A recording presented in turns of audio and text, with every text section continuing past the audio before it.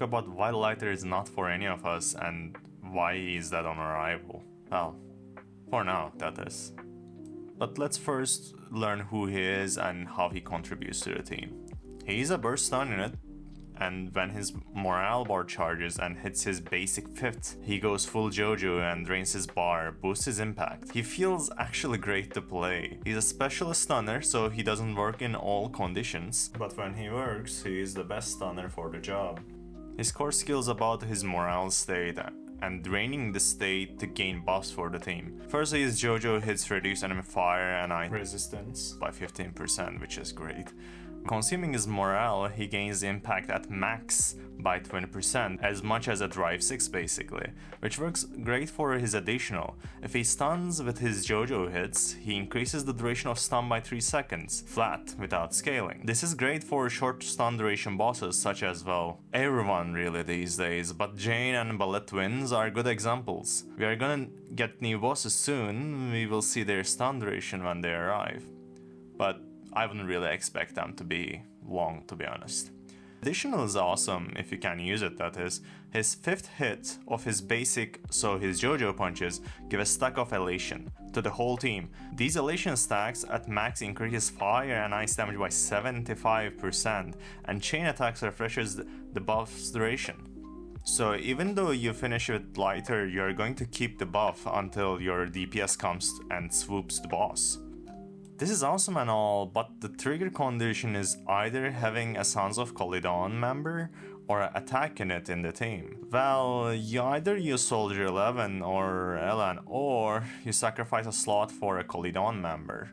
In some situations this is not as bad, but even if you use a Sons of Calydon member, your current team comp possibility is increases by 2. You basically introduce Bernice and Miyabi to the situation. So let's talk about gear first. What to prioritize. Since he's a stunner, he can flex most of the stats easily. He just needs to survive on the field. He already has 40% damage reduction, which is pretty solid on the field, and we can increase his effective HP with defense and HP sub and main stats. For Drive 4, we need animal proficiency, but anything is really fine, to be honest. Drive 5, fire attack and attack is fine, or anything again. Drive 6 is impact, obviously. We really need this impact, since not just cause he's a stunner, but his core and his additional skills with his impact. If we want to increase this with 20% bonus that he gets on the field, we need this impact a lot. For his drive combos, Protopunk 4-piece for damage, Freedom Blues for fire on melee setups, and Shockstar is god-awful. Just don't use it. For his 2 pieces, you have a lot of options. You can even go with not doing a combo, but like Shockstar for 6% bonus is great. Chaos Jazz, Freedom Blues, and Swing Jazz is all solid. Shockstar for a stunner is go-to though. For double engines, I had to read his kit few more times, but Precious Fossilized Core, the Mary Battery Mark II, and Steam Oven are all good.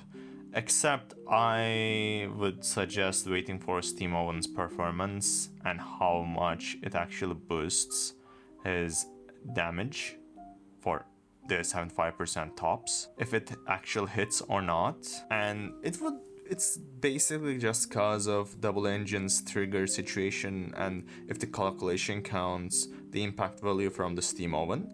If it doesn't count, Steam Oven is basically unusable, but the rest should be fine. And Precious Fossilized Core for free-to-play is the best possible one. The Mara Battery Mark II just for the energy regen, since they all give 15% impact. But Fossilized Core increases the days multiplier. I'm not really going to talk about S ranks. If you got any, yeah, you can go for Koleda's, I guess. Or his is pretty good as well, increases crit damage for ice damage and fire damage, which is good, but like I wouldn't really say it is that amazing. Yeah, 25% impact value is good, but like you are probably going to get a double engine in the future, but at the end of the day, we are free to play, and I wouldn't really suggest going for a double engine. Team comms, the most exciting part. His team comps the White Tattoo. Fire DPSs and Ice DPSs, which would change his loadout as well. Ligther, LN, Sokaku is the premium LN team right now. It currently works better than Lycon. It's a huge upgrade compared to him since we can gain 75% damage plus 15% resistance reduction from Ligther. And lets LN stay on the field more and deal more damage in this time.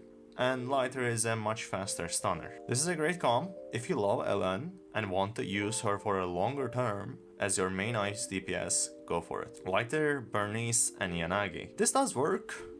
Increases Bernice's burn, but it's a overkill and they will probably get a better support instead of a stunner in the close future, since we are probably going to get limited support agents soon. I wouldn't really pull Ligther for this comp. Ligther, Soldier 11, and Lucy may be a potential fire DPS in the future instead of Soldier 11. She is really strong, but never had a shining moment till now, since they didn't really have fire weaknesses. I believe fire DPSs will break through at some point. Star Rail didn't have a really good fire DPS until Firefly released in 2.3. So I would wait for it if you really want to use a fire DPS that is not an anomaly unit. If I had to give a long and detailed answer compared to the intro, that is, yes, Ligther is dead on arrival and he is bait.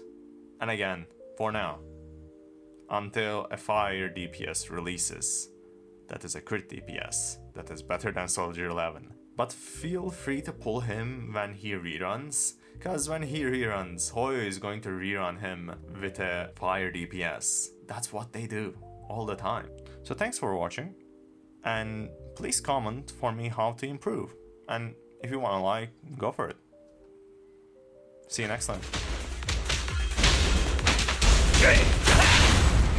しっかりしラジャー私ですわ好きだらけだおっとはあどうだおっちゃへんどうだはあ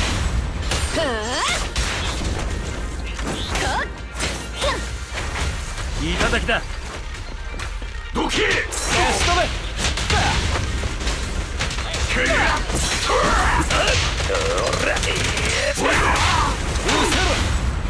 いい球ですわ脅威を確認